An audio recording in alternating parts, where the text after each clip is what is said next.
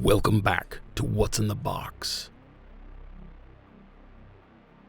Today we are going to discuss grails and what got us into collecting and explore some of the lesser known tactics to procure that ever-elusive collectible. Often, a grail is something you were denied, be it in childhood, i.e. your parents telling you something was too expensive, or even worse, morally objectionable. Or it was in adulthood, missing out on procuring an item before it was sold out, or not being able to pull together the funds in time, and still kicking yourself for having 2 functioning kidneys, for that grail definitely would bring more joy than 2 functioning kidneys.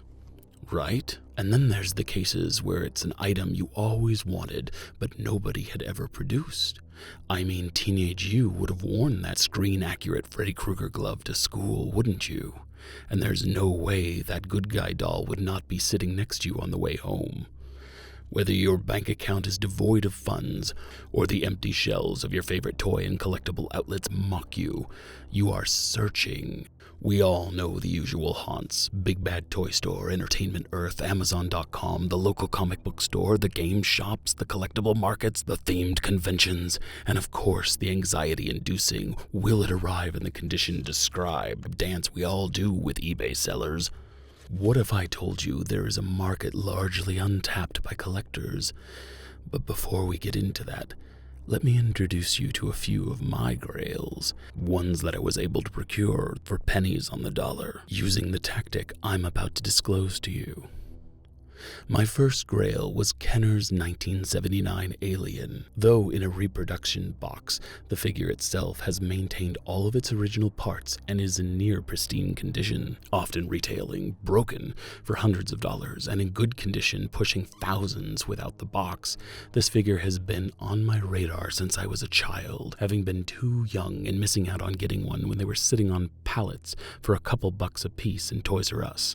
I spent a good deal of my teenagehood trying to procure the Kenner Alien to no avail. That and something else. After having picked up issue number 7, 1992 of Hobby Japan, the year Alien 3 came out, having somewhat sated my lust for the Kenner Alien on Halcyon's movie classic Alien model, a recasting of Tascuda Hobby's Alien, which itself is a recasting of an earlier Tascuda Hobby Alien, which is of course a recast of the original Kenner Alien. I set my sights on something new, something impossible to find, a Takayuki Takeya statue. If that name sounds familiar, it's because Good Smile Company just released one of his alien designs in their Figma line. In my eyes, Takayuki managed to take something alien and make it even more alien. Though Sideshow did release the Alien Pile version of his work several years back, it wouldn't be until just 2 years ago I would finally procure all of my childhood grails, and at prices that are hard to believe. Which brings me to an interesting and not often used way to hunt for figures, especially figures that don't often show up on the US market. And that's proxy bidding through Japanese auction sites, a tactic that's netted me not only the Kenner Alien, but 2 first edition Takeya statues. Why should you listen to me? Because I'm the skilled collector who has procured almost every alien big chap figure that's ever been produced from any company worldwide. I am currently only missing 11 statues and 2 color variants of certain figures, which I will soon be cataloging to better help collectors hunt down those elusive figures that they are not sure even exist.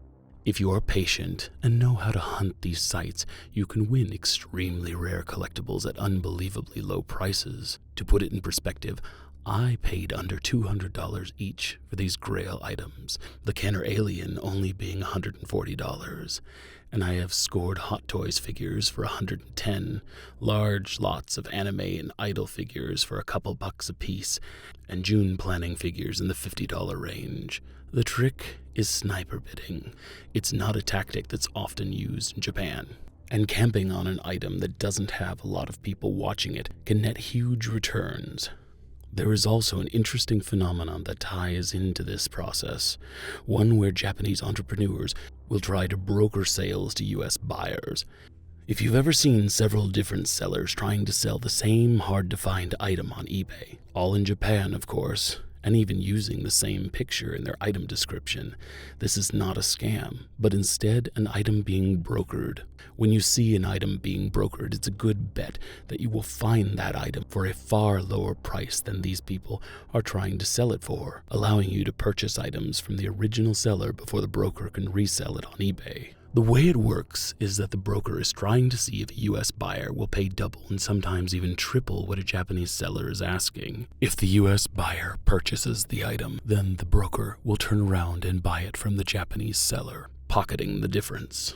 If you see this happening on eBay, start trying multiple spellings and descriptions of the item on your preferred proxy bidding site.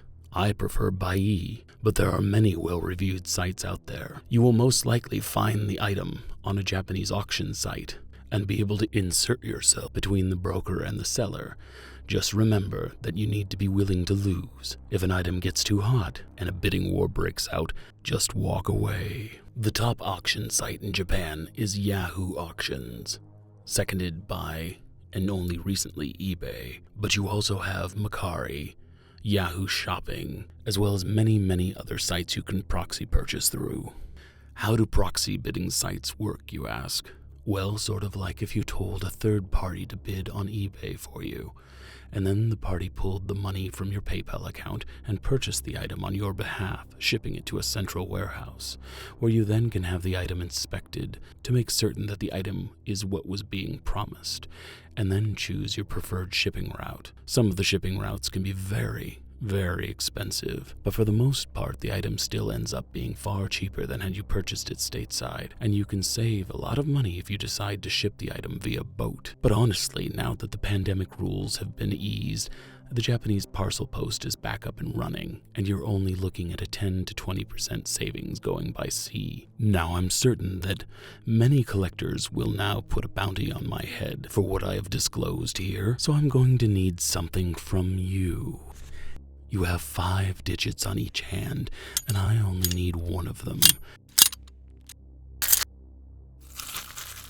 Take that digit and place it on like and the subscribe button, and please start a conversation of your own in the comments section.